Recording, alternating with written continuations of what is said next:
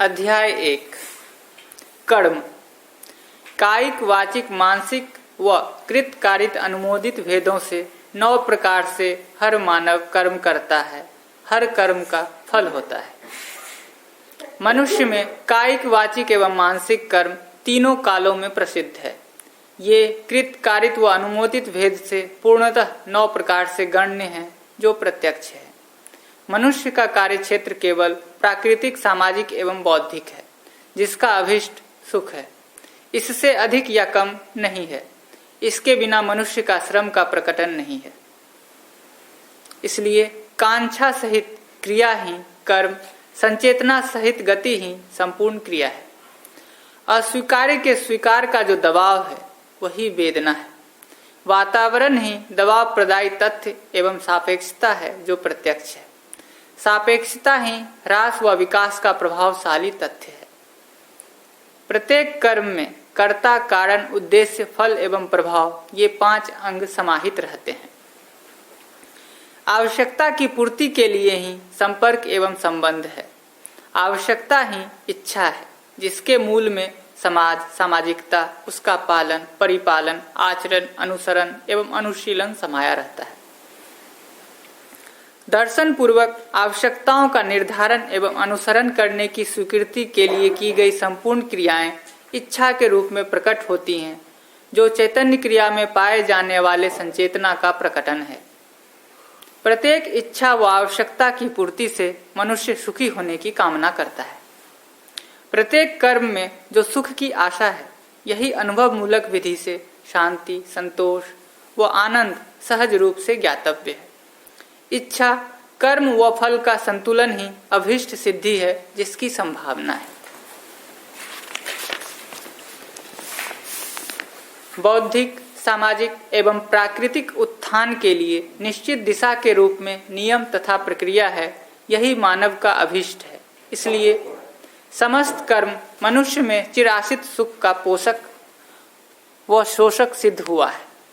यह 3 भागों में ज्ञातव्य है: सुकर्म, दुष्कर्म एवं मिश्रित कर्म। योग एवं जागृति के लक्ष्य भेद से सुकर्म, अपराध एवं प्रतिकारात्मक रूप में दुष्कर्म तथा भोग एवं प्रतिकार के रूप में मिश्रित कर्म दृष्टव्य हैं। अशेष कर्म फल सापेक्ष है। इसलिए संपूर्ण कर्मों का फल 4 रूपों में ज्ञातव्य है: मोक्ष, धर्म, काम एवं अर्थ। इच्छा के बिना कर्म नहीं है। मनुष्य में इच्छाएं तीव्र, कारण एवं सूक्ष्म भेद से ज्ञातव्य हैं। तीव्र इच्छा क्रिया के रूप में अवतरित होती है।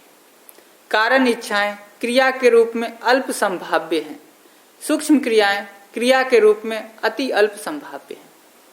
तीव्र इच्छाएं जिसके बिना जीना नहीं होता। कारण इच्छाएं योग, संयोग, घटनावश जो प्रेरणाएं होती हैं, यह सब कारण इच्छाएं हैं। सूक्ष्म इच्छाएं मानव में सत्य कोई वस्तु है, धर्म, न्याय कोई वस्तु है, जिसको प्रमाणित करने के लिए कोई स्पष्ट विचार नहीं रहता है। संपूर्ण साधन अंतरंग एवं बहिरंग भेद से दृष्टव्य है। अंतरंग साधन आशा, विचार, इच्छा, संकल्प और अनुभव प्रमाणों के रूप में तथा बहिरंग साधन तन और धन के रूप में पाए जाते हैं। यही जड़ और चैतन्य क्रिया का स्पष्ट रूप है। जड़ व चैतन्य की एक सूत्रता, संतुलन व सामंजस्य को पा लेना ही अभीष्ट सिद्धि है।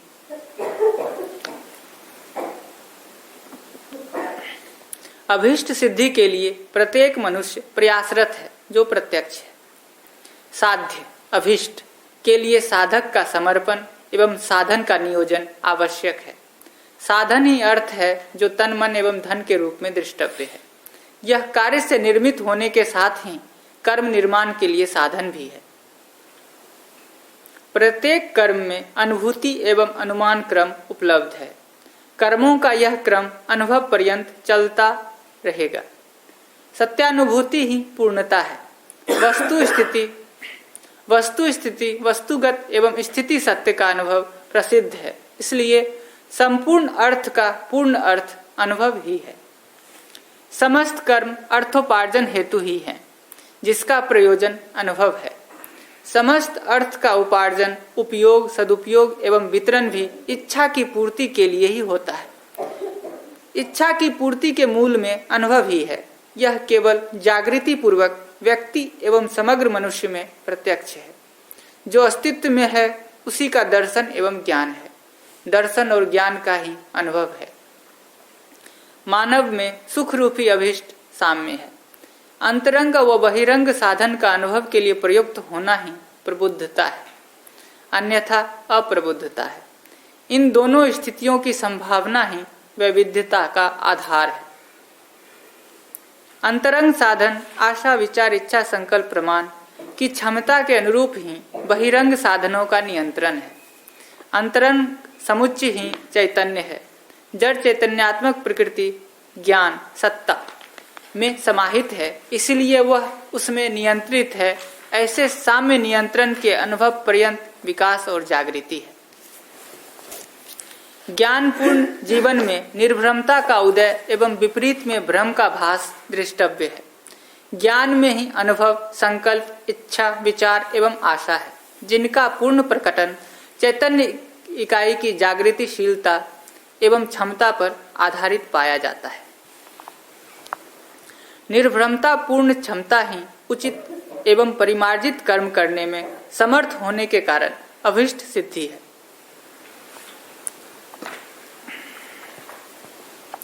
मनुष्य के द्वारा प्रकट होने वाला ज्ञान 3 प्रकार से ज्ञातव्य है: भौतिक, बौद्धिक एवं आध्यात्मिक। इनका प्रत्यक्ष रूप कुशलता, निपुणता एवं पांडित्य है। प्रधानतः समस्त बहिरंग साधनों से पदार्थ विज्ञान की साधना तथा अंतरंग साधनों से बौद्धिक एवं आध्यात्म विज्ञान की साधना है। पदार्थ विज्ञान व मनोविज्ञान सापेक्ष ज्ञान व अध्ययन है। अध्यात्म निरपेक्ष ज्ञान है। सापेक्षता में आय, व्यय, ह्रास, विकास एवं जागृति है। संपूर्ण शब्द शक्तियों का सद्व्यय ज्ञान कारक एवं अपव्यय अज्ञान कारक है। जो जिसका अपव्यय करता है वह उससे वंचित हो जाता है। इसलिए समस्त कर्मों के फलस्वरूप ही अर्थ, अनर्थ, सुकाम, दुष्कर्म, धर्म, अधर्म तथा मोक्ष बंधन है। अर्थ, सुकाम, धर्म एवं मोक्षगामी जागृति जीवन कार्यक्रम में सुख तथा इसके विपरीत अनर्थ, दुष्कर्म, अधर्म एवं बंधन की प्रक्रिया एवं जीवन में समस्या ही दुख और पीड़ा है। धर्म का तात्पर्य सर्वतोमुखी समाधान से है। अर्थ का तात्पर्य तन मन धन से है। परम अर्थ का तात्पर्य अनुभव है। जागृत मानव में काम का तात्पर्य संज्ञानीयता पूर्वक संवेदनाएं नियंत्रित और प्रमाणित होने से है। मोक्ष का तात्पर्य भ्रम मुक्ति से है। अर्थ ही सुख, सुकर्म ही शांति, धर्म ही संतोष एवं मोक्ष ही परम आनंद है। समस्त इच्छाओं के 7 भेद हैं। मोक्ष के लिए अर्थ, धर्म के लिए अर्थ, काम के लिए अर्थ, अर्थ के लिए अर्थ, अर्थ के लिए काम, अर्थ के लिए धर्म तथा अर्थ के लिए मोक्ष। यह क्रम से 7 उत्तमो उत्तम, मध्यमो उत्तम, उत्तम, मध्यम, अधम, मध्यम, अधम व अधमाधम है। इच्छा भेद से अन्वेषण, अन्वेषण भेद से गम्यता, गम्यता भेद से अनुभव, अनुभव भेद से आकर्षण, आकर्षण भेद से मूल प्रवृत्ति, मूल प्रवृत्ति भेद से आवश्यकता, आवश्यकता भेद से अन्वेषण, अन्वेषण भेद से इच्छा भेद है। 3 प्रकार की अन्वेषण प्रवृत्तियां मनुष्य में पाई जाती हैं: सत्यान्वेषण, ऐषणान्वेषण, विषयान्वेषण। विषयान्वेषण प्रवृत्तियां जीवों में भी द्रष्टव्य है। शेष 2 मनुष्य में ही है। इसलिए विषय अन्वेषण प्रवृत्तियां अपराध से मुक्त नहीं है। विषयोपयोग, विषय उपभोग की 3 अवस्थाएं होती हैं: निमित्त, साधन के प्रति नगण्यता, विषयी, प्रमाद विषयी, प्रमत्त विषयी। ये क्रम से विषयों से अलिप्त, ग्रस्त एवं दग्ध पाई जाती है। विषयों से अनासक्ति ही विराग है, जो विकारों से मुक्ति है। ऐषणाओं से अनासक्ति ही पर वैराग्य है, जो सद्व्ययता की स्वीकृति एवं निर्वाह है। इसलिए विषयान्वेषण प्रवृत्ति स्वार्थ सीमा में, ऐषणान्वेषण परार्थ सीमा में व सत्यान्वेषण परमार्थ सीमा में क्रियाशील है। इसलिए स्वार्थपूर्ण व्यवहार अधम और असामाजिक, परार्थपूर्ण व्यवहार मध्यमोत्तम और सामाजिक। परमार्थपूर्ण व्यवहार उत्तम और सामाजिक एवं स्वतंत्र पाया जाता है। परमार्थपूर्ण व्यवहार ही सर्वशुभ मानसिकता है।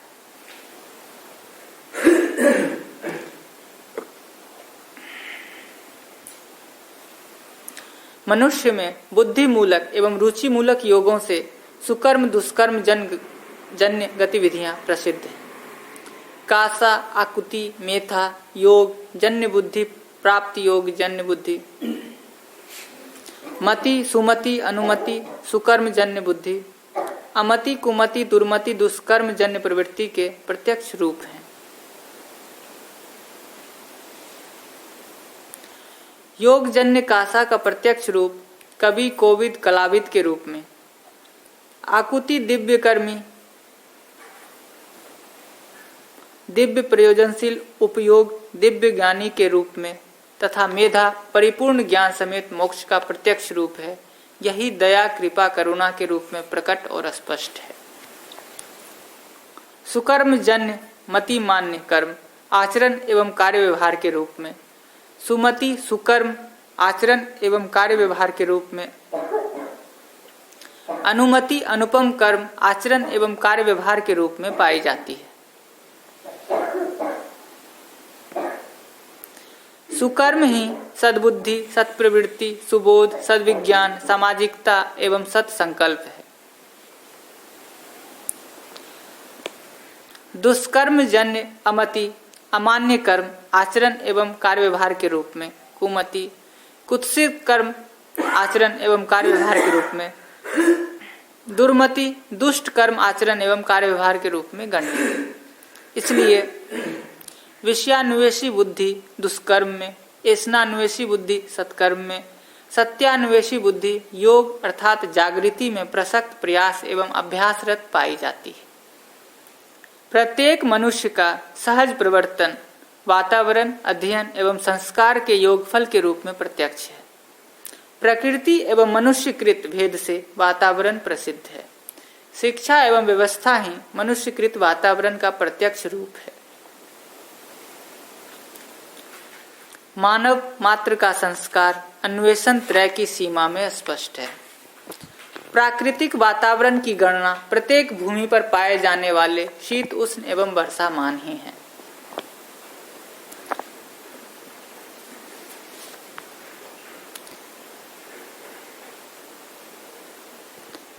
प्रत्येक भूमि पर जो प्राकृतिक वातावरण वर्तमान है वह उस भूमि में पाए जाने वाले खनिज एवं वनस्पति की राशि पर आधारित है। यह उस भूमि के विकास पर आधारित है। किसी भी भूमि पर जीवों और ज्ञानावस्था के मनुष्य की अवस्थिति घटना के पूर्व ही वनस्पतियों का समृद्ध होना अनिवार्य है। इसके पूर्व जल का होना आवश्यक है। प्रत्येक भूमि पर किसी अधिकतम न्यूनतम शीत, उष्ण और वर्षामान की सीमा में ही जीव एवं मनुष्य अपने जीवनी क्रम और जीवन के कार्यक्रम को संपन्न करने में समर्थ हुए हैं। प्राकृतिक वातावरण का संतुलन भी मनुष्य सहज जागृति के लिए सहयोगी है। इसलिए संतुलन के लिए आधार आवश्यक है। अशेष प्रकृति का संतुलन आधार सत्ता ही है जो पूर्ण है। प्रत्येक क्रिया के संतुलन का आधार नियम है जो पूर्ण है। प्रत्येक व्यवहार के संतुलन का आधार न्याय है जो पूर्ण है। प्रत्येक विचार के संतुलन का आधार समाधान है जो पूर्ण है। प्रत्येक व्यक्ति में अनुभव का आधार सह अस्तित्व रूपी परम सत्य है जो समग्र है। प्राकृतिक एवं मानव संतुलन एवं असंतुलन का प्रधान कारण मनुष्य ही है। भ्रमित अवस्था में मनुष्य कर्म करते समय स्वतंत्र एवं फल भोगते समय परतंत्र है। जागृत मानव कर्म करते समय तथा फल भोगते समय स्वतंत्र है। जागृत अवस्था में समझकर करने वाली परंपरा रहेगी तथा भ्रमित अवस्था में करके समझने वाली परंपरा रहेगी। प्राकृतिक वैभव का विशेषकर मनुष्य ही उपयोग करता है जो प्रत्यक्ष है। इसलिए ऋतु संतुलन को बनाए रखने के लिए भूमि में आवश्यकीय मात्रा में खनिज वनस्पति को सुरक्षित रखते हुए उपयोग करना साथ ही उसकी उत्पादन प्रक्रिया में विघ्न उत्पन्न न करना और सहायक होना ही प्राकृतिक नियम का तात्पर्य है। यह पूर्णतः मानव का दायित्व है। वनस्पति एवं खनिज जिनकी उत्पत्ति की संभावना एवं क्रम स्पष्ट है, उनका उन्हीं के अनुपात में व्यय करना उचित है, अन्यथा प्राकृतिक दुर्घटनाओं से ग्रसित हो जाना स्वाभाविक है। शिक्षा एवं व्यवस्था ही सामूहिक सामाजिक संतुलन को बनाए रखने का एकमात्र उपाय है। सामाजिक संतुलन स्वधन, स्वनारी, स्वपुरुष एवं दयापूर्ण कार्य व्यवहार से है। इसके विपरीत में असंतुलन के लिए पर नारी, पर पुरुष, पर धन एवं पर पीड़ा ही है जो प्रत्यक्ष है। व्यक्ति के विचार संतुलन के मूल में आवश्यकीय एवं अनावश्यकीय मूल प्रवृत्तियों की सक्रियता पाई जाती है। मानव के आवश्यकीय मूल प्रवृत्ति के मूल में संस्कार ही रहता है। अनावश्यकता के मूल में विवशताएं दृष्टव्य हैं। आवश्यकीय मूल प्रवृत्तियां 5, अनावश्यकीय मूल प्रवृत्तियां भी 5 हैं। आवश्यकीय मूल प्रवृत्तियां क्रम से असंग्रह, समृद्धि, स्नेह, विद्या, सरलता एवं अभय, वर्तमान में विश्वास के रूप में। अनावश्यकीय मूल प्रवृत्तियां संग्रह, द्वेष, अविद्या, अभिमान एवं भय के रूप में प्रत्यक्ष हैं। प्राकृतिक संतुलन, सामाजिक संतुलन एवं बौद्धिक संतुलन योग्य नियम ही आवश्यकीय नियम है। यही नियम त्रय है। आवश्यकीय नियमों का ज्ञान व अनुसरण, निर्णय उसके सदुपयोग से, सदुपयोग का निर्णय विकास एवं जागृति से, विकास एवं जागृति का निर्णय बौद्धिक, सामाजिक एवं प्राकृतिक नियमों के समझ व पालन से स्पष्ट होता है। मनुष्य के लिए अपने विकास एवं जागृति क्रम श्रृंखला को अक्षुण्ण बनाए रखने के लिए आवश्यकीय नियमों का अनुसरण एक अनिवार्य प्रक्रिया है। यही मानव जीवन, जीवनी क्रम, जीवन के कार्यक्रम का प्रत्यक्ष रूप भी है। इसलिए सांस्कृतिक मूल्यों का अवगाहन एवं निर्वहन व मूल्यांकन ही मानवकृत वातावरण है। मनुष्य में समाहित संस्कार ही उसके स्वभाव को अभिव्यक्त करता है। सुसंस्कार पूर्वक मानव संस्कृति का उद्गम होता है। यह तब तक संस्कारपूत होता ही रहेगा जब तक वह पूर्ण ना हो जाए। संस्कार पूर्णता का प्रत्यक्ष रूप अति मानवीयतापूर्ण स्वभाव ही है। सुसंस्कृति संपन्नता का प्रत्यक्ष रूप मानवीयतापूर्ण स्वभाव है। विकृत संस्कृति का प्रत्यक्ष रूप ही अमानवीयता है। सामाजिकता पूर्ण संस्कृति मानवीयता पूर्वक स्पष्ट होती है। ऐसी मानवीयता के पोषण के लिए ही संस्कृति, सभ्यता, विधि और व्यवस्था है। ये परस्पर पूरक हैं, क्योंकि संस्कृति का पोषण सभ्यता, सभ्यता का पोषण विधि, विधि का पोषण व्यवस्था, व्यवस्था का पोषण संस्कृति करती है। जागृत परंपरा में मानवीयतापूर्ण सांस्कृतिक कार्यक्रम संस्कारों का ही प्रदर्शन है, क्योंकि जागृत परंपरा में संस्कार विहीन मनुष्य नहीं है, जबकि भ्रमित मानव परंपराएं समुदायों के रूप में गण्य हैं। यही संपूर्ण समस्या का कारण है। समस्याएं संस्कार का प्रमाण नहीं है, क्योंकि सभी समस्याएं समाधानित होते ही हैं। चित्रण व विचार ही क्रमशः कला एवं उपादेयता को प्रकट करता है। विचार संस्कार से संबद्ध रहना ही जागृति है। मानवीयतापूर्ण संस्कार ही सार्वभौमिक संस्कृति का द्योतक है। इससे निम्न अर्थात अमानवीय संस्कृति का सार्वभौम होना संभव ही नहीं है। इसलिए सामाजिक नियमों के पालन से ही स्वस्थ संस्कृति और सभ्यता का उदय होता है। फलतः समाज की अखंडता एवं उसकी अक्षुण्णता सिद्ध होती है।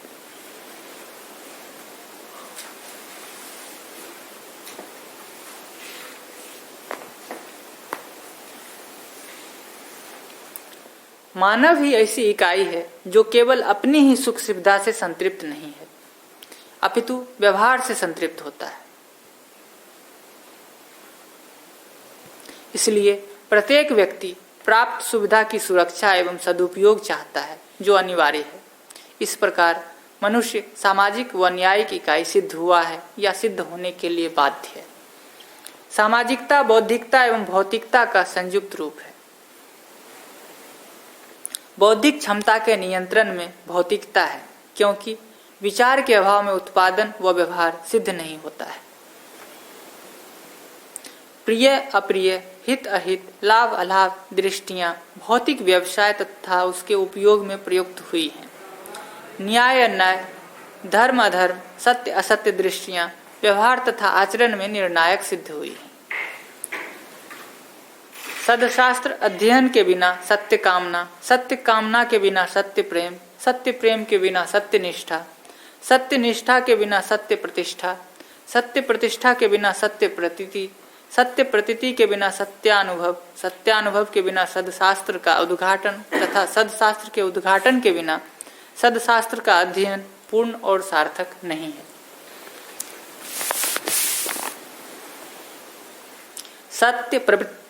सत्य प्रतीति में ही संयत आचरण एवं व्यवहार में निष्ठा पाई जाती है। संयत आचरण व व्यवहार के बिना स्वपर के लिए न्याय सम्मत लाभ व हित होना संभव नहीं है।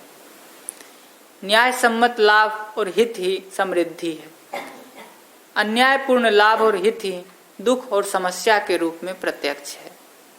योग जन्य बुद्धिपूर्ण जीवन ही अति मानवीयता के रूप में, सुकर्म जन्य बुद्धिपूर्वक यापन किया गया जीवन मानवीयता के रूप में तथा दुष्कर्म जन्य बुद्धि सहित किया गया जीवन यापन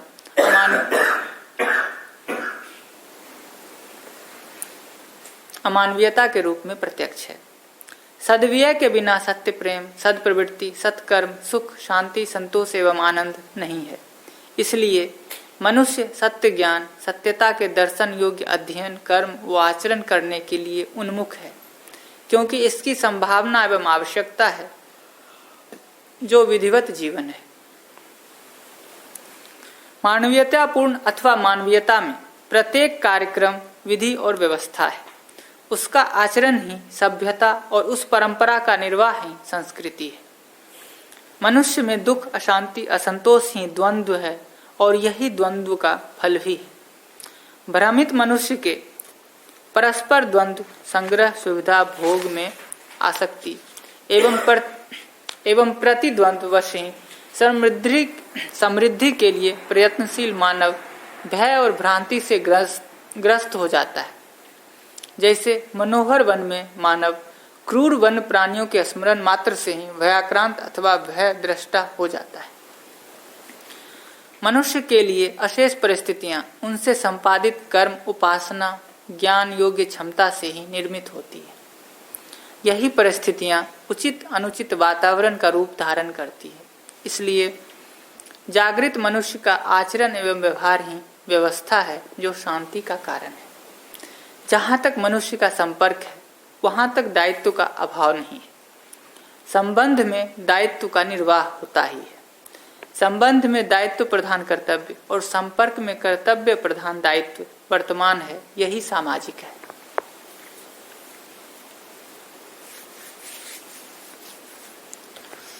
सर्वसम्मति योग शांति, समाधान एवं समृद्धि के कारण बोध सहित विधिवत व्यवस्था प्रक्रिया द्वारा शुभ वातावरण का निर्माण होता है।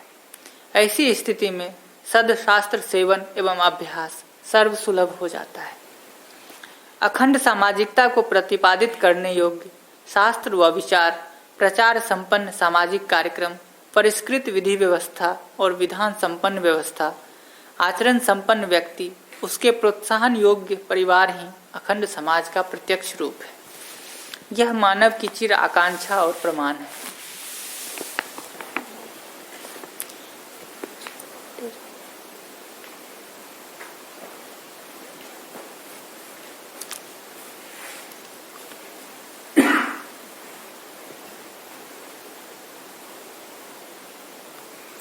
यही उनकी तृष्णा है और उसकी संभावना भी है। इसलिए मनुष्य को जीवन की प्रत्येक स्थिति में शांति एवं स्थिरता की आवश्यकता है। सदशास्त्र सेवन, मनन एवं आचरण से व्यक्ति तथा परिवार में शांति तथा स्थिरता पाई जाती है। समग्रता के प्रति निर्भरता को प्रदान करने, जागृति की दिशा तथा क्रम को स्पष्ट करने, मानवीय मूल्यों को सार्वभौमिक रूप में निर्धारित करने, मानवीयता से अतिमानवीयता के लिए समुचित शिक्षा प्रदान करने योग्य क्षमता संपन्न शास्त्र तथा शिक्षा प्रणाली ही शांति एवं स्थिरतापूर्ण जीवन को प्रत्येक स्तर में प्रस्थापित करने में समर्थ है। इसके बिना मानव जीवन में स्थिरता एवं शांति संभव नहीं है, जो स्पष्ट है।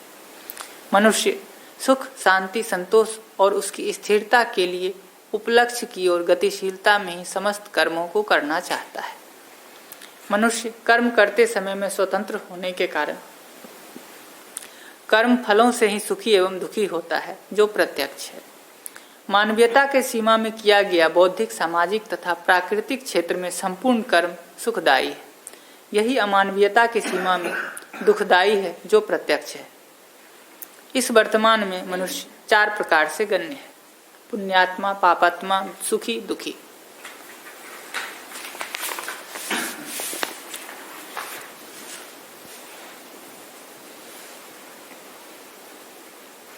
मानव की 5 स्थितियों व्यक्ति, परिवार, समाज, राष्ट्र एवं अंतर्राष्ट्र में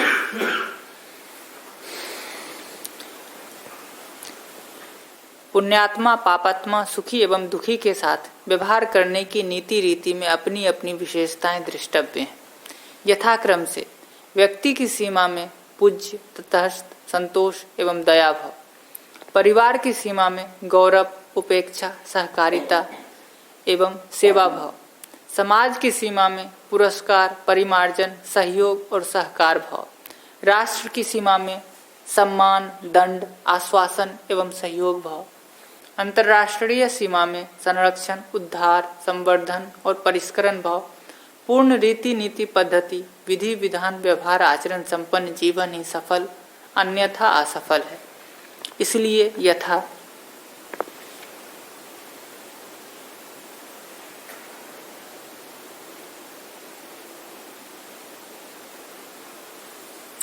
अहंकार, ईर्ष्या, द्वेष और अभिमान सहित व्यक्ति, कुटुंब, समाज, राष्ट्र एवं अंतर्राष्ट्र की नीति एवं तदनुकूल किए गए कर्म, उपासना, व्यवहार व्यवस्था, प्रचार, प्रयोग, प्रदर्शन एवं शिक्षा असामाजिक सिद्ध हुई है।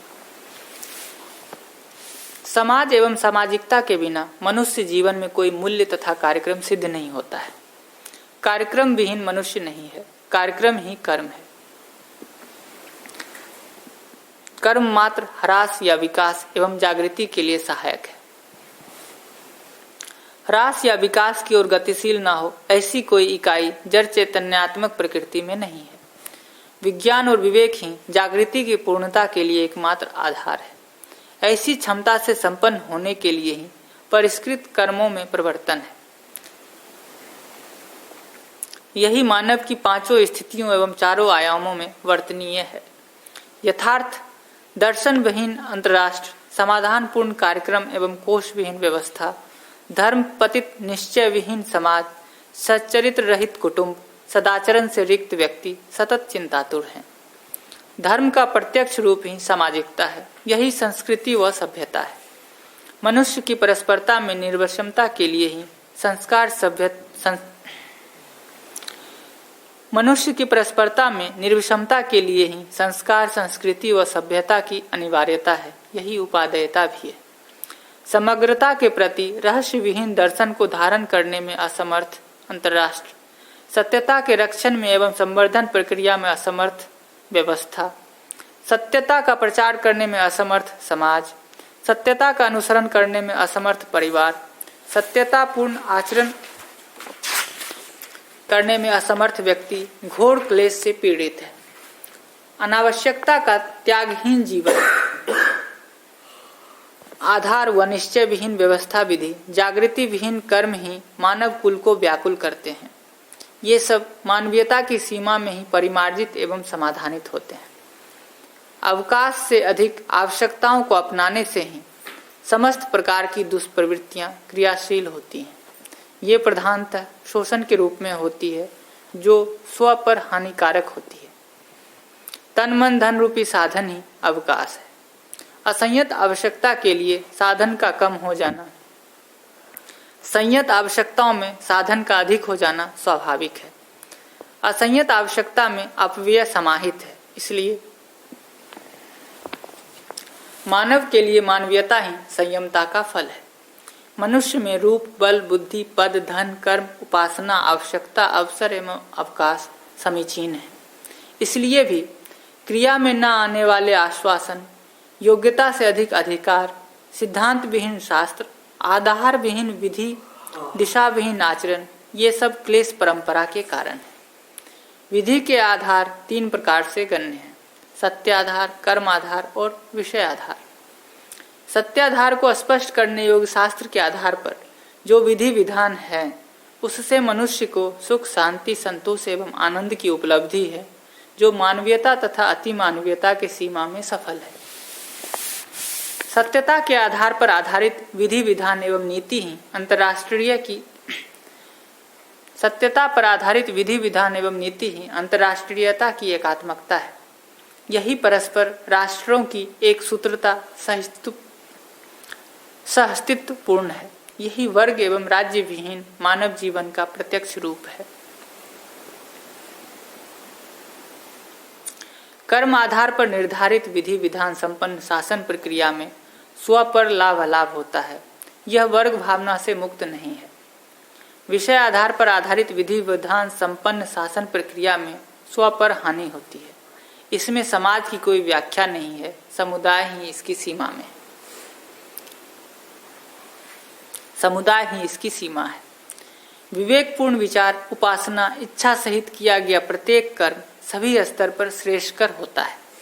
दर्शन क्षमता जागृति पर, जागृति आकांक्षा एवं आचरण पर, आकांक्षा एवं आचरण शिक्षा एवं अध्ययन पर, शिक्षा एवं अध्ययन व्यवस्था पर, व्यवस्था दर्शन क्षमता के आधार पर होना पाया जाता है।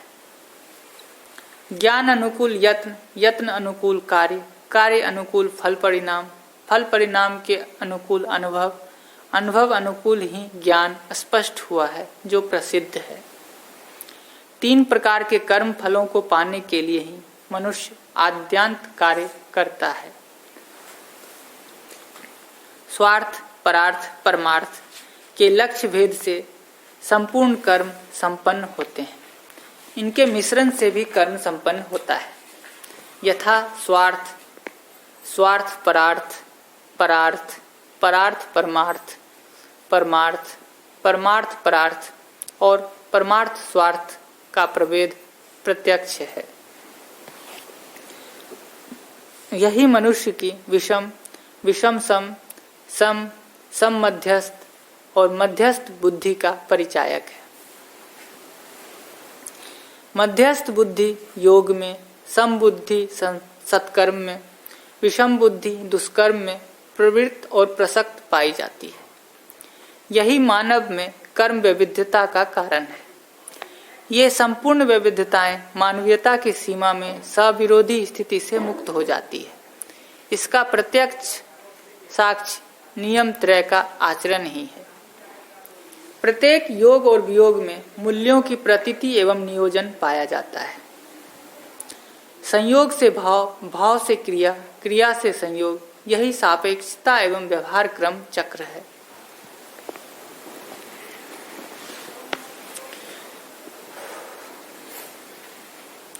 सामाजिक मूल्यों का निर्धारण एवं निर्वाह करने की क्षमता ने ही सामाजिकता पूर्ण व असामाजिकता सहित व्यक्तित्व को स्पष्ट किया है। यही मनुष्य के ह्रास और विकास का परिचायक है। उच्च और नीच प्रकार से परस्पर में भाव क्रियाएं संपन्न होती हैं, जिनसे ही उनके विकास का परिचय होता है। उच्च भावपूर्ण परिवार, सम मध्यस्थ संयोगपूर्ण समाज, मध्यस्थ समयोगपूर्ण व्यवस्था तंत्र एवं व्यवहार ही सर्वमंगल कार्यक्रम है। निम्न, नीच भाव तथा समस्याग्रस्त कुटुंब, विषय संयोग सहित समाज तथा सामाजिक कार्यक्रम, न्याय के अभाव से ग्रस्त शासन की व्यवस्था, ये सब असंतुलन व क्लेश के कारण है।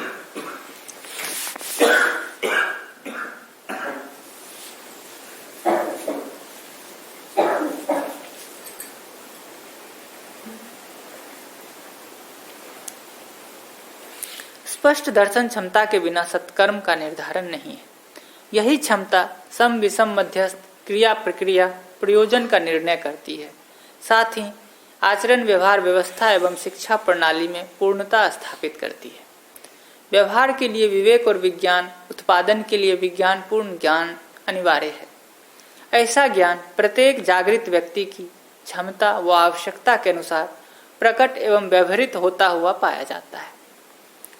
व्यवहारिक मूल्यों का निर्धारण विवेचना पूर्वक ही होता है। विवेचनाएं आत्मा के अमरत्व, शरीर के नश्वरत्व एवं व्यवहार नियम के अनुसार है। व्यवहारिक मूल्य मानवीयता के अर्थ में सार्थक होते हैं। इसके आधार पर नियम त्रय बौद्धिक, सामाजिक एवं प्राकृतिक सिद्ध हुई है।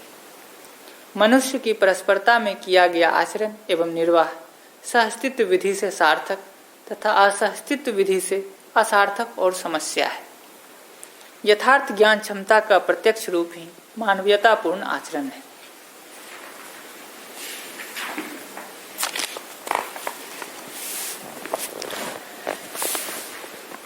समझने की क्षमता ही परस्परता में ज्ञान का उद्घाटन है। समझने की क्षमता व्यंजनीयता है। इकाई की मूल व्यंजनीयता सत्ता में संपृक्तता ही है। यही संपृक्तता की अनुभूति ही पूर्ण व्यंजनीयता है। चैतन्य इकाई की व्यंजनीय क्षमता में गुणात्मक परिमार्जन ही संस्कार है।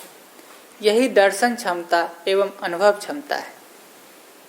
परिमाण एवं सीमा का दर्शन, सत्य में अनुभव प्रसिद्ध है। व्यंजनीयता का क्षमता क्रम ही जागृति क्रम को और जागृति को प्रकट करता है। दर्शक व दृश्य प्रकट है। प्रकटन को प्रमाणित करने के लिए दर्शक का रहना आवश्यक है। दर्शक ही व्यंजनीय क्षमता से प्रतिष्ठित है। इसलिए प्रकृति अनंत इकाइयों का समूह है। यही दृश्य राशि है। प्रत्येक दर्शक भी दूसरे दर्शक के लिए दृश्य है। प्रत्येक इकाई अपने जागृति के अनुरूप दर्शक है। मानव जीवन के आद्यांत कार्यक्रम एवं आचार 3 प्रकार से गण्य है: सत्याचार, लोकाचार और विषयाचार। ये क्रम से उत्तम, मध्यम एवं अधम की परिगणना में है। मानवीयतापूर्ण आचरण ही अवधारणा का प्रमाण है। अवधारणा ही प्रवृत्ति व निवृत्ति में प्रमाणित होती है। प्रवृत्ति व निवृत्ति ही संवेग व विवेक, संवेग व विवेक ही अनुगमन व अनुसरण, अनुगमन व अनुसरण ही उद्घाटन, उद्घाटन ही प्रकटन, प्रकटन ही प्रत्यक्ष, प्रत्यक्ष ही प्रमाण, प्रमाण ही अनुभूति, अनुभूति ही क्षमता, योग्यता और पात्रता, क्षमता, योग्यता व पात्रता ही स्थितिवत्ता, स्थितिवत्ता ही विभव, विभव ही वैभव और वैभव ही आचरण है। दृष्टापद ही दर्शन क्षमता का प्रतिरूप है और व्यवहार उसके अनुरूप है जो प्रसिद्ध है। विचार के अभाव में शरीर द्वारा कोई कार्य व्यवहार सिद्ध नहीं होता या प्रत्यक्ष नहीं होता। इससे स्पष्ट हो जाता है कि शरीर द्वारा किया जाने वाला संपूर्ण क्रियाकलापों के मूल में विचार ही है। शरीर विचार नहीं है, यह विचार को प्रसारित करने का माध्यम है। इस निष्कर्ष से विचार शरीर से अतिरिक्त है और यही चैतन्य है। वैचारिक क्षमता मानव की 5 स्थितियों में स्थित है। वैचारिक क्षमता से अधिक या कम मानव नहीं है। इसलिए सर्व मानव क्षमता में समान है। वैचारिक क्षमता के परिमार्जन हेतु सतमार्ग एवं योगाभ्यास प्रसिद्ध है। यही संस्कार में गुणात्मक परिवर्तन भी है। पुनः यही वैचारिक क्षमता है।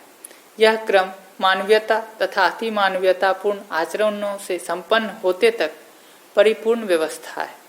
यह नियम त्रय के पालन, अनुसरण एवं अनुशीलन पूर्वक सफल है, अन्यथा असफल है। योगाभ्यास मिलन का अभ्यास। मिलन के अनंतर स्वीकृति जीवन जागृति के रूप में, विकृति अमानवीयता के रूप में दृष्टव्य है। प्रत्येक मनुष्य प्रबुद्धता के लिए प्रयासरत है। प्रयासरत का प्रत्यक्ष रूप ही आचरण है। यह मानवीयता तथा अतिमानवीयता की सीमा में पूर्ण, अन्यथा अपूर्ण है। जीवन का कार्यक्रम ही कर्म है, यही आचरण है। मनुष्य में आचरण का स्तर 7 प्रकार से गण्य है: प्राण, जीव, काम, लाभ, कला, प्रदर्शन, सहज। इनमें से प्राण, जीव, काम, लाभ के लिए आचरण पशु मानव और राक्षस मानव में प्रत्यक्ष है, जो उनका स्वभाव है।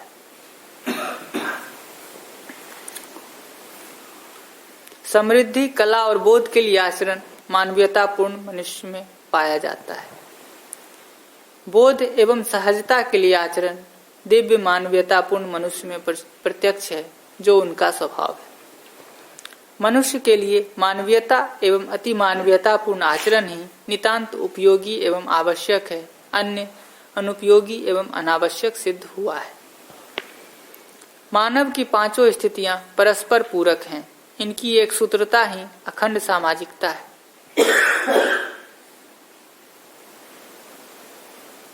यह नियम त्रय पालन का सर्वसामान्य होने से है। प्रत्येक आविष्कार एवं अनुसंधान व्यक्ति मूलक उद्घाटन है। यह शिक्षा एवं प्रचार के माध्यम से सर्वसुलभ हो जाता है। यही सर्वसामान्यीकरण प्रक्रिया है। जिसका विभव एवं वैभव है, उसी का आविष्कार है, क्योंकि उसके पहले उसका स्पष्ट ज्ञान मनुष्य कोटि में था ही नहीं। इसलिए उस समय में यह आविष्कार है। अस्तित्व का प्रकटन ही आविष्कार है। आविष्कार की सामान्यीकरण प्रक्रिया ही शिक्षा है। मनुष्य के लिए जितना उन्नतावकाश है, उतना ही पतन के लिए भी अवकाश है। पतनोन्मुखी क्रियाकलाप ही अपराध या गलतियां हैं। इसी का प्रत्यक्ष रूप ही दुख, अशांति, असंतोष एवं असहस्तित्व है।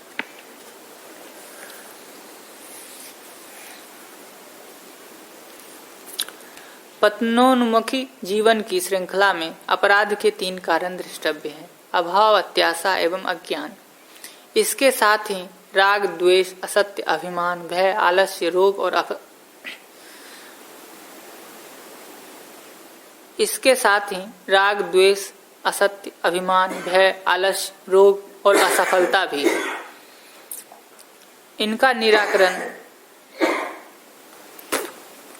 इनका निराकरण क्रम से अभाव को उत्पादन एवं अभ्यास से, अत्याशा को विवेक से, अज्ञान को ज्ञान से, राग को विराग से, द्वेष को स्नेह से, असत्य को सत्य से, अभिमान को सरलता से, भय को अभय से, आलस्य को चेष्टा से, असफलता को पराक्रम व पुनः प्रयोग से, रोग को औषधि, आहार एवं विहार से समाधान एवं परिहार करने की व्यवस्था है, जो मनुष्य के लिए एक अवसर है। यही आवश्यकता है। वैज्ञानिक क्षमता का अपव्यय न होना ही अर्थ का अनर्थ न होना है। विवेक का उपयोग हो जाना ही समाज की अखंडता है, जो स्वर्गीयता है। विज्ञान मनुष्य से कम विकसित का परिमाणीकरण पूर्वक नियंत्रण करने के लिए योग्यता है, जो पूर्णतया उत्पादन क्षेत्र में उपयोगी सिद्ध हुआ है और आंशिक रूप से व्यवहार में, जबकि विवेक स्वयं के विश्लेषण पूर्वक सामाजिक मूल्यों को स्पष्ट करता है। व्यवहारिक मूल्य ही स्थिर मूल्य है। व्यवहारिक मूल्य ही स्थिर मूल्य है। मनुष्य संबंध एवं संपर्क सीमा पर्यंत व्यवहार के लिए बाध्य है। मूल्य विहीन संपर्क एवं संबंध नहीं है। प्रत्येक परस्परता में अपेक्षाएं समाहित है। मूलतः यही सापेक्षता है, यही बाध्यता है। दृष्टिगोचर के आधार पर ही प्रत्यक्ष, अनुमान एवं आगम क्रिया का वर्गीकरण एवं निर्धारण है। सानिध्य की निरंतरता का अनुभव ही प्रत्यक्ष, सानिध्य की निरंतरता की संभावना ही अनुमान, सानिध्य संभावना के अतिरिक्त अस्तित्व ही आगम क्रिया है। प्रकृति की अनंतता एवं सत्ता में पूर्णता ही अनुमान अतिरिक्त अस्तित्व का प्रमाण है। स्थूल, सूक्ष्म एवं कारण भेद से प्रत्यक्ष क्रियाएं हैं। सामान्य बुद्धि से स्थूल, विशेष बुद्धि से सूक्ष्म, विशिष्ट बुद्धि से कारण का प्रत्यक्षीकरण प्रत्यक्षीकरण प्रसिद्ध है। इसी के आधार पर अनुमान और आगम क्रिया का भी स्थूल, सूक्ष्म और कारण रूप में रहने का प्रमाण सिद्ध होता है। रूप और गुण स्थूल, गुण और स्वभाव सूक्ष्म, स्वभाव और धर्म कारण क्रियाएं हैं। इसलिए व्यवहार उत्पादन कर्मों में 3 स्तर में प्रवृत्तियों को पाया जाता है: स्वतंत्र, अनुकरण, अनुसरण। स्वतंत्र प्रवृत्तियों की क्रियाशीलता उन परिप्रेक्ष्यों में स्पष्ट होती है जिनके संबंध में ये विशेषज्ञ हैं। जो विशेषज्ञ होने के लिए इच्छुक हैं उन्हें अनुकरण क्रिया में व्यस्त पाया जाता है। जिनमें विशेषता के प्रति इच्छा जागृत नहीं हुई है उन्हें अनुसरण क्रिया में अनुशीलन पूर्वक ही कर्म एवं व्यवहाररत पाया जाता है। ये विकास एवं अवसर के योगफल का द्योतक है। अवसर प्रधानतः व्यवस्था एवं शिक्षा ही है। स्वतंत्र सक्रियता स्थूल, सूक्ष्म एवं कारण क्रिया की सानिध्यानुभूति क्षमता से अनुकरणात्मक सक्रियता स्थूल एवं सूक्ष्म क्रिया की सानिध्यानुभूति क्षमता से अनुसरणात्मक सक्रियता स्थूल क्रिया की अनुभूति क्षमता से संपन्न पाई जाती है। यही व्यंजनीयता की क्षमता में प्रत्यक्ष अंतरांतर है। स्वतंत्र सक्रियता में नियंत्रण क्षमता, अनुकरण क्षमता में स्वेच्छा से नियंत्रित होने की क्षमता, अनुसरण सक्रियता में अनुशासित होने की क्षमता समाहित है। सार्वभौमिक कामना अनुरूप कार्यक्रम में रत होने से ही सभी स्थितियों में दोष दूर होते हैं। यही मांगल्यप्रद है।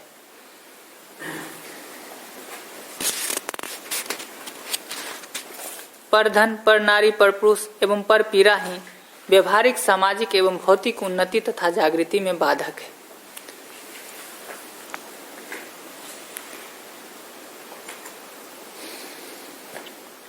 राग, द्वेष, अविद्या एवं अभिमान बौद्धिक जागृति में अवरोधक सिद्ध हुए हैं। वह आध्यात्मिक अनुभूति योग्य क्षमता के विकास में अवरोधक है। प्राकृतिक वैभव के अपव्यय से ऋतु असंतुलन एवं उससे क्लेशोदय होता है जो प्रत्यक्ष है।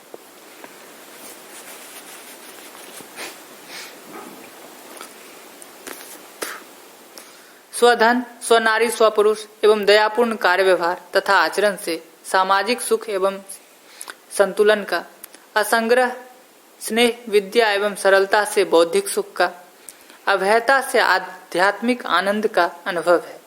यही भौतिक,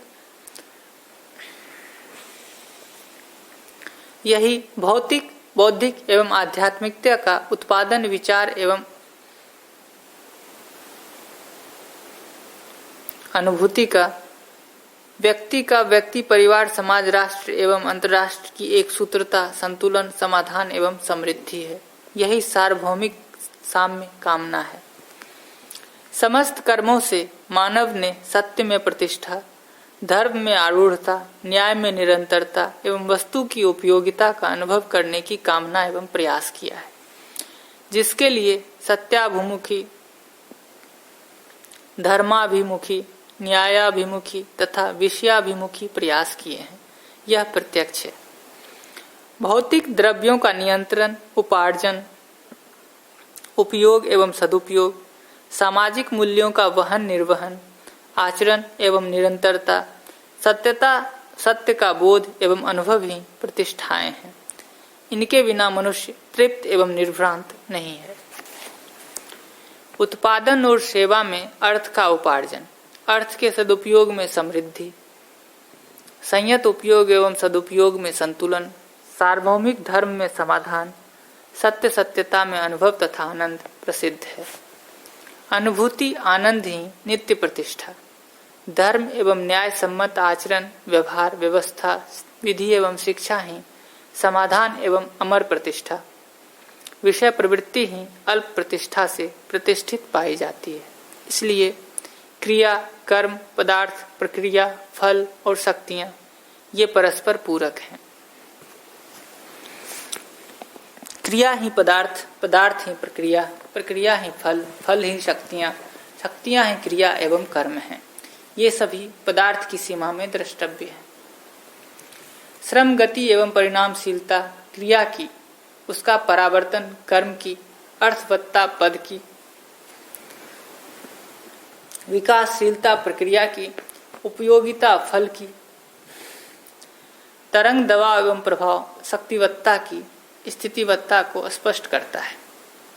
ये सब पदार्थ की सीमा में पाए जाने वाले परावर्तन या परिवर्तनशील प्रकटन हैं। इसलिए सापेक्ष रूप से जड़ शक्तियाँ एवं अपेक्षा रूप में चैतन्य शक्तियाँ स्थितिशील हैं और निरपेक्ष रूप में अध्यात्म सत्ता स्थितिपूर्ण है।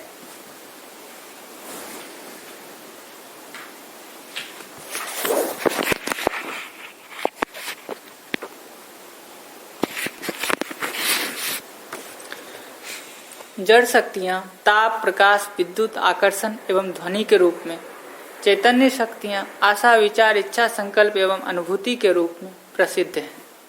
जड़ चैतन्यात्मक प्रकृति की आधारपूर्ण सत्ता ही आध्यात्म है, जो निरपेक्ष है।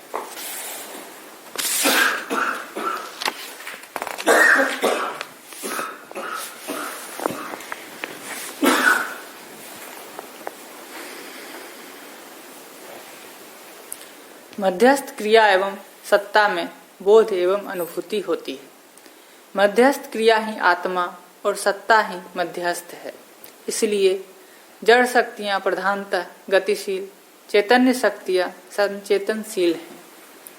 अभाव, भाव और तिरोभाव की स्वीकार क्षमता ही संवेदना है। यह क्रम से अभाव में वेदना, भाव में संवेदना एवं तिरोभाव में संबोधना है। यही सम्यक बोध है। यही अनुभव का पूर्ण लक्षण है।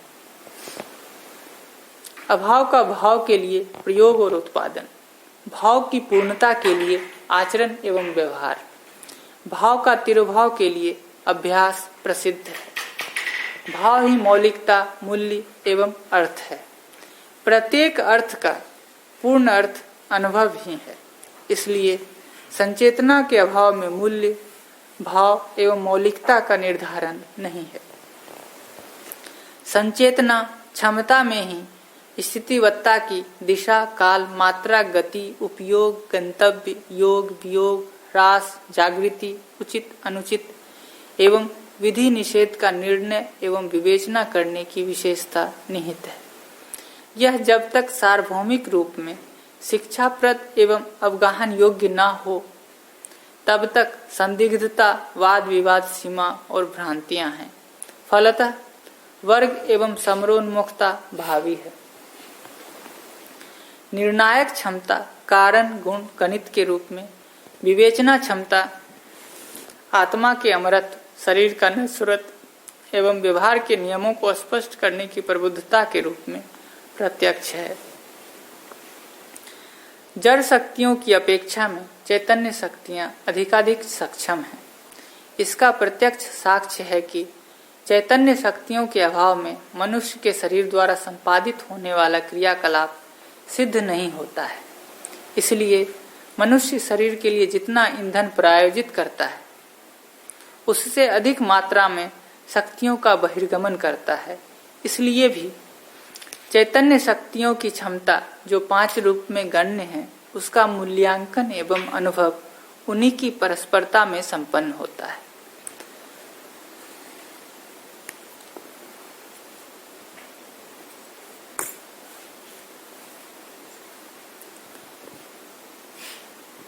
आशा से संपन्न मन विचार से संपन्न वृत्ति का अनुभव करता है।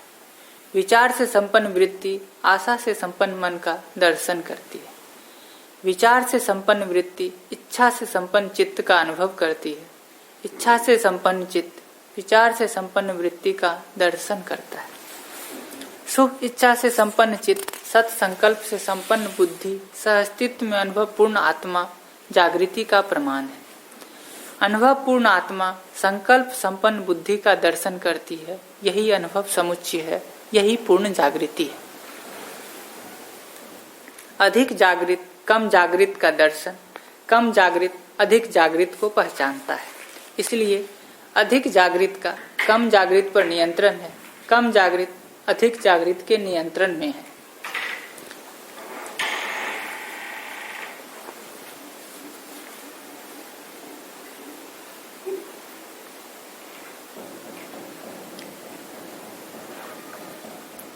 इसलिए भी मनुष्य जीवन में ही स्थूल, सूक्ष्म, कारण संबद्ध विशेषताएं दृष्टव्य हैं। इन तीनों स्थितियों में सुख, शांति, संतोष एवं आनंद की ही अपेक्षा है। मनुष्य का स्थूल जीवन सुख एवं शांति की अपेक्षा में, सूक्ष्म जीवन शांति व संतोष की अपेक्षा में एवं कारण जीवन आनंद एवं परम आनंद की प्रतीक्षा में है, जिसके लिए यह जागृति क्रम है। इसी के अनुकूल सर्वतोमुखी कार्यक्रम ही जागृति है। यही भौतिक, बौद्धिक एवं आध्यात्मिक उपलब्धियां भी हैं। यह केवल मानवीयता एवं अति मानवीयता पूर्ण कार्यक्रम पूर्वक सफल हुआ है। जड़ चैतन्यात्मक प्रकृति में पाए जाने वाली शक्तियों की प्रयुक्ति एवं नियोजन उद्भव, विभव एवं प्रलय की सीमा में ही है। इससे अधिक परिप्रेक्ष्य में गुण नियोजन एवं प्रयुक्ति नहीं है। संपूर्ण नियोजन का आद्यांत अभिष्ट जागृति की पूर्णता ही है। इकाई की जागृति पूर्णता में ही संबोधन क्षमता प्रकट हुई है। उद्भव, विभव, प्रलय में से विभव ही सर्व स्वीकृत घटना है। जागृति की पूर्णता में ही विभवत्ता की प्रतिष्ठा पाई जाती है। उसके पूर्व योग, वियोग और संयोग, सापेक्षता की सीमा में व्यवहार, कर्म, विहार रत पाए जाते हैं।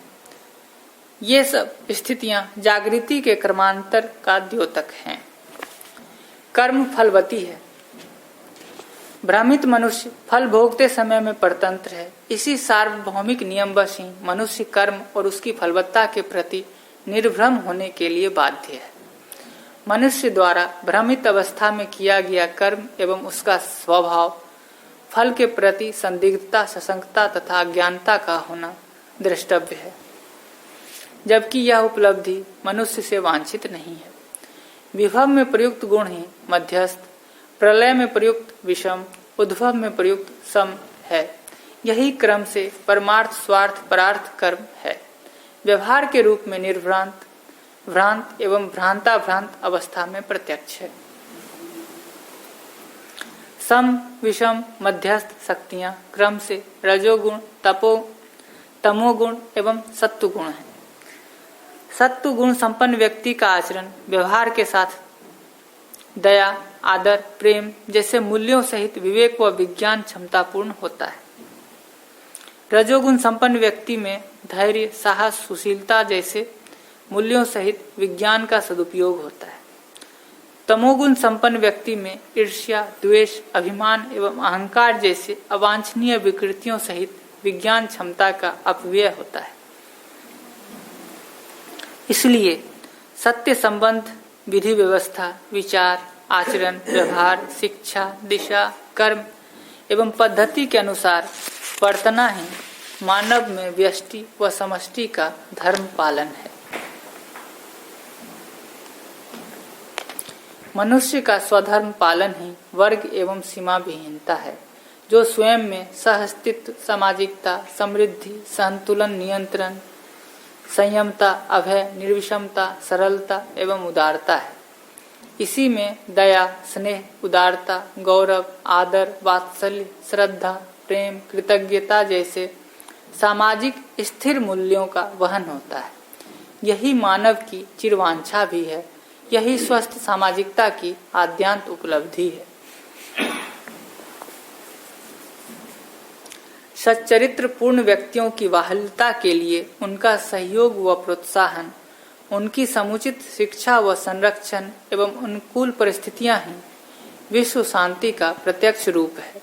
इसके विपरीत में अशांति है, जो स्पष्ट है। व्यवहार त्रय नियम का पालन ही सच्चरित्रता है।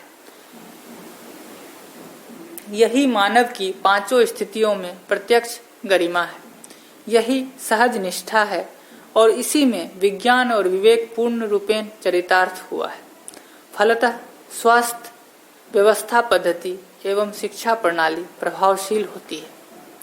व्यवहार त्रय का तात्पर्य जागृत मानव के द्वारा किया गया कायिक, वाचिक, मानसिक व्यवहार से है। समस्त परिणाम, परिमार्जन एवं परिवर्तन 5 प्रकार से दृष्टव्य है। सहअस्तित्व रूपी अस्तित्व में विकास क्रम, विकास, जागृति क्रम, जागृति पूर्णता। इसमें पदार्थावस्था परिणाम पूर्वक यथास्थिति पूरक रूप में प्रयोजनशील है। प्राणावस्था परिणाम पूर्वक स्पंदन पुष्टि सहित रचनाशील यथास्थिति व पूरक के रूप में प्रयोजनशील है। जीवावस्था परिवर्तन परिणाम सहित जीने की आशा पूर्वक यथास्थिति पूरकता सहित प्रयोजनशील है। मानव ज्ञानावस्था में गण्य है। यह परिमार्जन पूर्वक जागृति और जागृति पूर्णता सहज परंपरा है। यही यथास्थिति पूरकता रूप में प्रमाण होना पाया गया है।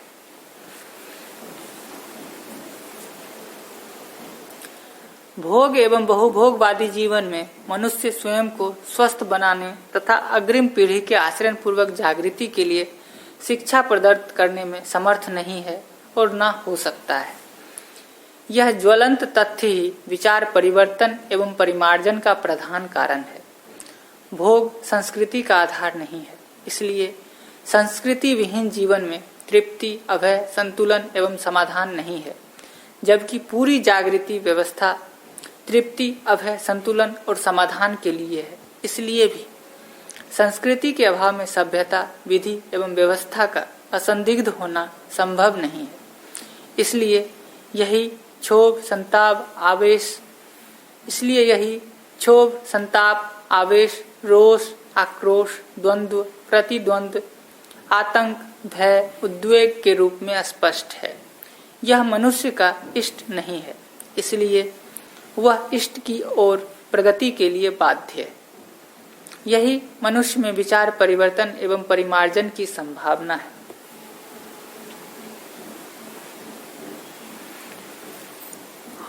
साथ ही संस्कारों में गुणात्मक उदय के लिए अवसर है। संस्कारों में गुणात्मक उदय का प्रत्यक्ष रूप ही है नियम त्रय का पालन। इसी विधि से संयत भोग प्रवृत्ति सामाजिक मूल्यों का निर्वाह क्षमता स्वभाव सिद्ध हो जाता है। संयत भोग प्रवृत्ति का तात्पर्य सार्वभौम व्यवस्था सहज प्रमाण है। इस विधि से जीकर देखा गया है, इसलिए यही सार्वभौमिक कामना भी है। परिमार्जित विचार ही विवेकपूर्ण विज्ञान है। यही निपुणता, कुशलता एवं पांडित्य के रूप में सिद्ध हुआ है।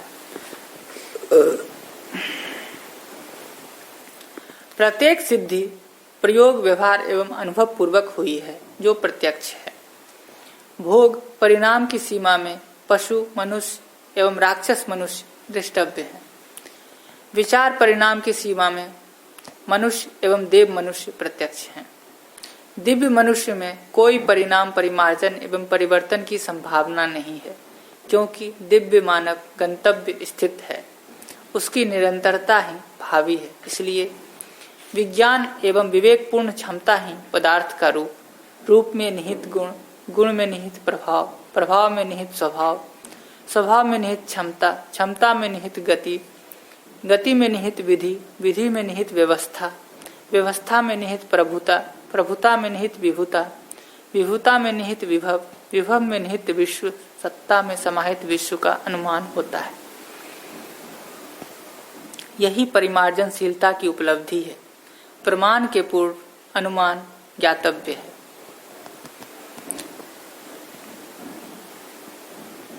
विज्ञान का ऊर्ध्व व अधोमुखी प्रयोग हुआ है, जबकि विवेक केवल ऊर्ध्वमुखी प्रयोग की ही प्रतिष्ठा है।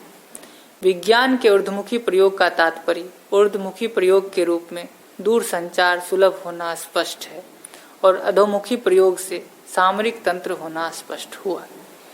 धरती में प्रदूषण के मूल में खनिज, कोयला, खनिज तेल, विकिरणीय द्रव्यों का ईंधनावशेष के रूप में दृष्टव्य है। विज्ञान शक्ति के सही प्रयोग में भय एवं आतंक जैसी अनिष्ट घटना नहीं होती है। विवेक के सही प्रयोजन की स्थिति में अनिष्ट सिद्ध नहीं होता है। इसलिए विवेक पूर्णता क्षमता का उदय होना या न होना पाया जाता है, न कि विवेकपूर्ण क्षमता का अपव्यय।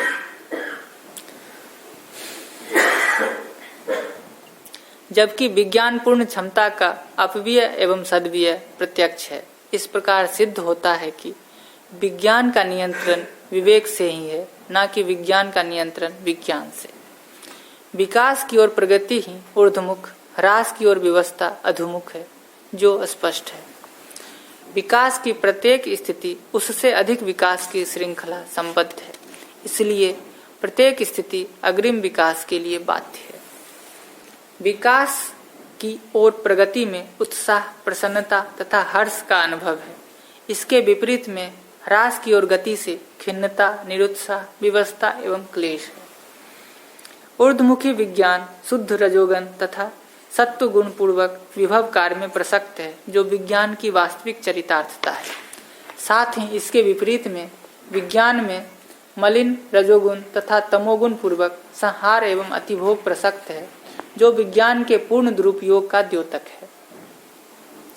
मानवीयतापूर्ण मनुष्य और उससे अधिक जागृतिशीलता ही ऊर्ध्वमुखी जीवन में गण्य है, जिसमें दया, सरलता, त्याग, तप, परोपकार, सत्य, अहिंसा, अस्तेय, अपरिग्रह तथा गौरव जैसी मौलिक मूल्यवत्ता आचरित होती है। यही स्व पर मांगलिक है। दुष्चरित्रपूर्ण जीवन का भय त्रस्त होना विवशता है, जो स्व पर पीड़ा का प्रधान कारण है। यही मानव में निहित अमानवीयता का भय है। यही असामाजिकता एवं असहस्तित्व का मूल रूप है।